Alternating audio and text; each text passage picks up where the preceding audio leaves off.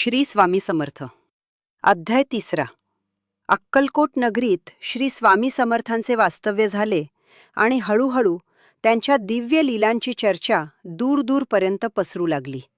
स्वामींच्या दर्शनासाठी राजे महाराजे, गरीब श्रीमंत, संत महंत, स्त्री पुरुष असे सर्वजण येऊच लागले. कोणाला रोगातून मुक्ती मिळत होती तर कोणाच्या आयुष्यातील संकटे दूर होत होती. स्वामी समर्थ नेहमी म्हणत असत, भिऊ नकोस, मी तुझ्या पाठीशी आहे. या एका वाक्याने अनेक भक्तांच्या आयुष्याला नवी दिशा मिळाली. एकदा अक्कलकोटमध्ये एक गरीब शेतकरी मोठ्या संकटात सापडला होता. पिके नष्ट झाली होती, घरात अन्न नव्हते आणि कर्जदार त्याला त्रास देत होते. शेवटी निराश होऊन तो स्वामी समर्थांच्या दर्शनाला आला. स्वामींच्या चरणी बसून तो रडू लागला. स्वामी समर्थ शांतपणे त्याच्याकडे पाहत होते. काही वेळाने त्यांनी त्याला सांगितले, जा, तुझ्या शेतात जा, सर्व ठीक होईल. शेतकरी घरी परतला.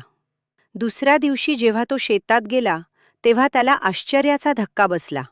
ज्या पिकांचे नुकसान झाले होते ती पुन्हा उभी राहिल्यासारखी दिसत होती. काही दिवसात त्याला भरपूर पीक मिळाले. त्या दिवसापासून त्या शेतकऱ्याची स्वामी समर्थांवरील श्रद्धा अधिकच वाढली. अशाच प्रकारे एकदा एक भक्त स्वामी समर्थांकडे आला. त्याचा मुलगा खूप आजारी होता. अनेक वैद्य डॉक्टरांनी उपचार केले, पण काहीही फरक पडत नव्हता. शेवटी तो स्वामींच्या चरणी आला. स्वामी समर्थांनी त्याला थोडे तुळशीपत्र आणि पवित्र भस्म दिले आणि म्हणाले, हे मुलाला दे, सर्व ठीक होईल. भक्ताने स्वामींचे आदेश मानले. काही दिवसात मुलगा पूर्णपणे बरा झाला. ही स्वामींची कृपा पाहून त्या कुटुंबाची स्वामी समर्थांवरील भक्ती अधिक दृढ झाली. स्वामी समर्थांच्या आयुष्यात अशा अनेक अद्भुत लीलांचे वर्णन ऐकायला मिळते. ते कधी रागावलेले दिसत, कधी प्रेमळ बोलत, पण त्यांच्या प्रत्येक कृतीत भक्तांचे कल्याणच दडलेले असायचे. स्वामी समर्थांनी नेहमी भक्तांना सांगितले, नामस्मरण करा, ईश्वरावर विश्वास ठेवा आणि सद्गुणी जीवन जगा. ज्यांनी स्वामी समर्थांचे नाव घेतले त्यांच्या आयुष्यातील अनेक संकटे दूर झाली.